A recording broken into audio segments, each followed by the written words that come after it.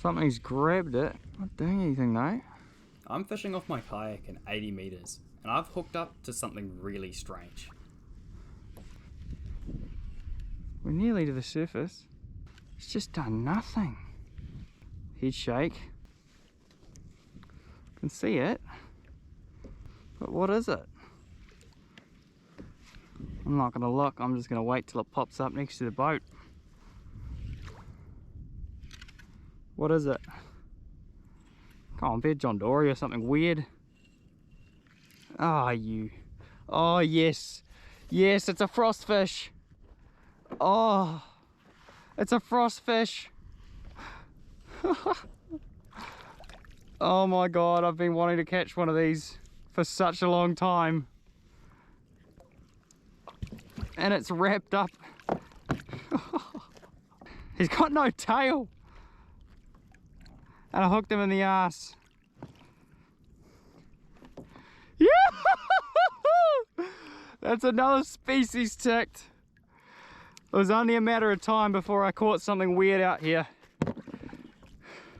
Look at that thing!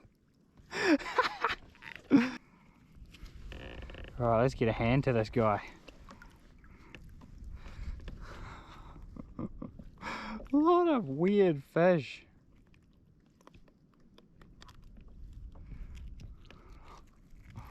Wow, it's just thin as a board.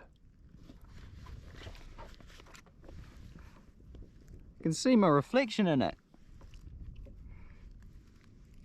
And they do have sharp gill plates, so we'll just get my hand back a little bit. Look at the colour, beautiful. We'll just back this camera up a little bit because he's quite a long fish, you see? Look at that thing. What a weird one.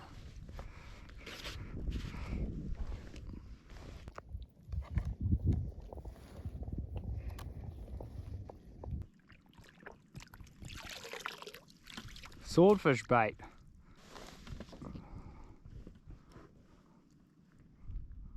Well, we've just caught this frosty. Beautiful, beautiful thing.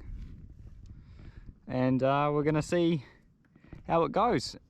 Apparently they're nice to eat, so we'll give it a go. Oh, will he fit in the back? I'm not sure he will. He's very long.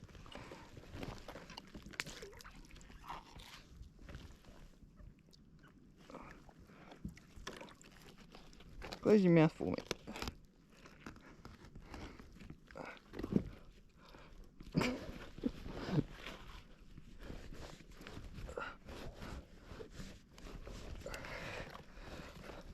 There he goes. Well, welcome back, and finally hooked another fish. Been a bit of a tough old day in this current. By the sounds of it, there's a bit of wind to the north, so we might just play it safe and start heading in a little bit after we bring this fish in. Current's really ripping, probably about 1.7 kilometers an hour. There's no point in putting the drift chute out in this little bit of wind because it's just going to speed us up. So I think this is possibly a nice gurnard. We're having to use a 200 gram head to get it down on the bottom, and it's still not staying there even with that. So we might have to call our pooker attempt there. We'll just paddle up again and maybe do one more drift. Here he comes. Imagine it's a gurnard, and it is. Better one this time? Just average. Just an average one, but I'll take it. Good dinner fish. Even smaller than average, I would say. I quickly dispatched the gurnard and put it straight onto the ice. Right, we've decided to pull the pin and move in much closer to land. There's quite a strong northeaster blowing now. If it just sits there like that, we can quite happily park up on a spot over here. But best to play it safe, and we've got some pretty cool fish from out deep anyway. So we'll head over in the direction of maybe the rocks over here, maybe find a blue cod or a terraki or something, And yeah, pretty good day so far. Thankfully, inside the island, the wind was slightly better. I sounded along the reef and looked for a likely spot, and eventually put the anchor down to set up for a little bait and burley session, targeting blue cod and tarakihi. Fish were quick to arrive, with this kahawai the first to climb onto my bait. Using my black magic D-hooker, it was an easy release and I could get on to the next fish quickly. This fish felt pretty small. However, when I got to the surface, it was surprising as it was a quite small kingfish.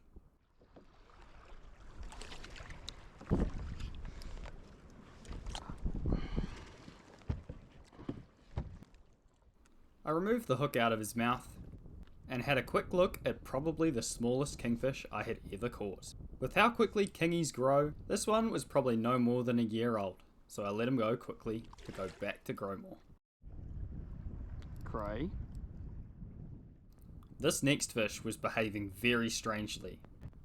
Lots of weight and slow kicks. This could be one of many really desirable things.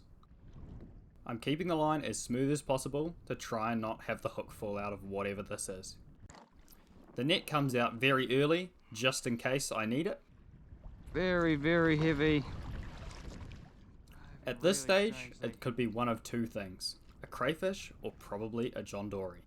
These slow kicks. And nothing. Slow kicks and nothing. I don't know what that... Real heavy. Oh. Don't come off, please. Oh, did it just come off?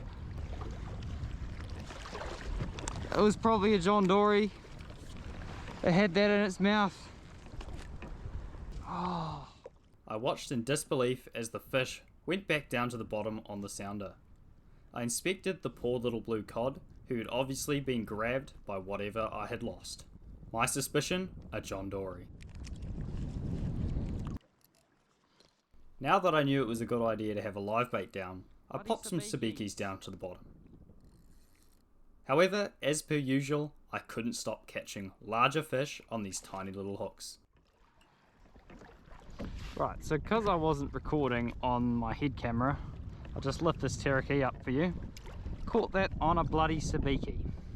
Obviously the mouths are just not quite big enough to get that hook in their mouth, so the sabiki has made it a bit easier, and I will take that all day. And it was the very next drop before I hooked another one. Assume it's probably a nice teraki or something again. These hooks are actually standing up to it, so I'm pretty happy. By the looks of that, it looks like a nice teraki. Oh, really good one. One of the best ones I've had in a long time. And all we're doing is popping down the sabiki with these tiny little baits. Now that we're trying to catch live baits, I can't stop catching the bloody things. So we might as well keep dropping it down because it's good fun on this really light gear. Nice, another good one. The afternoon's picking up.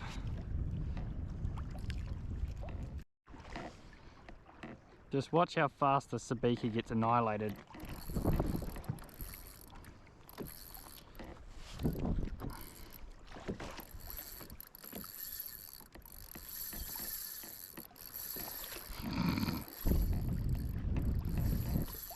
That's a good fish.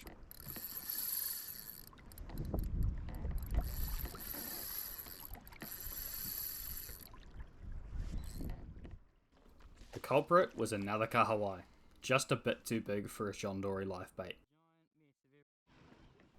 Sizing up my hooks ever so slightly to 1 bar 0, I quickly hooked up to something different.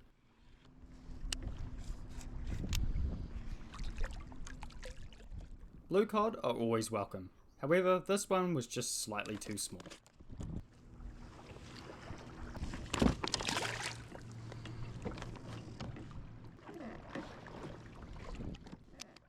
It was fast and furious on the bottom, with bites constantly as soon as the baits got down there.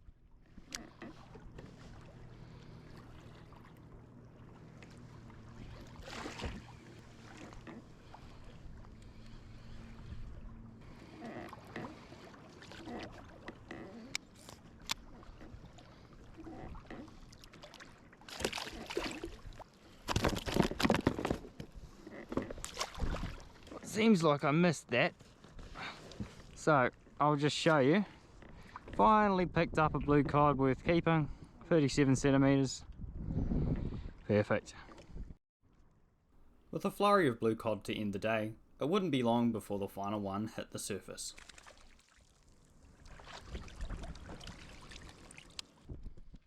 This one was another that was ever so slightly under, so he was quickly dehooked and returned back to the reef.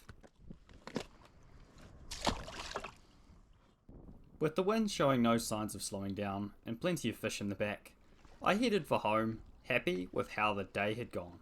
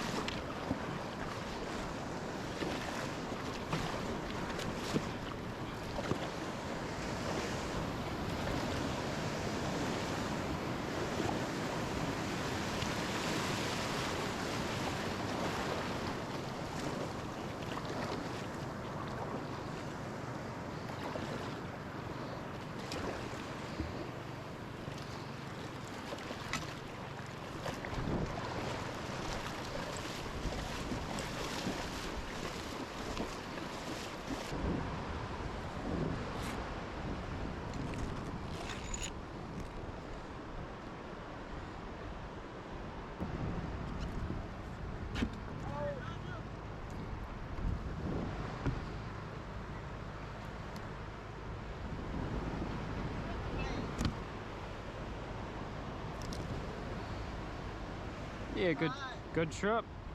What's this one? Frostfish. A what?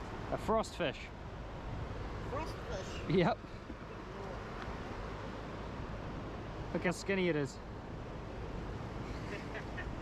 What do you do with it? Apparently they're good to eat, so I took it. Yeah. Yeah. Lord. Hot water bubbles. Yeah, ice in them. Does a good job.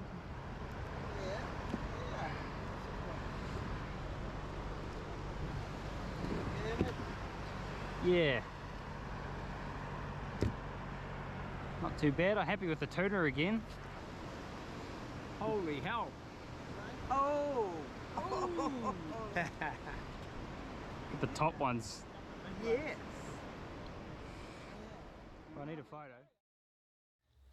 We're back from a big day on the water, and we did pretty good today for the conditions and what I was expecting. I'm just gonna pull out something very special that I've been looking for a long time. It was just going to be a matter of time before I got one, and it's a frostfish.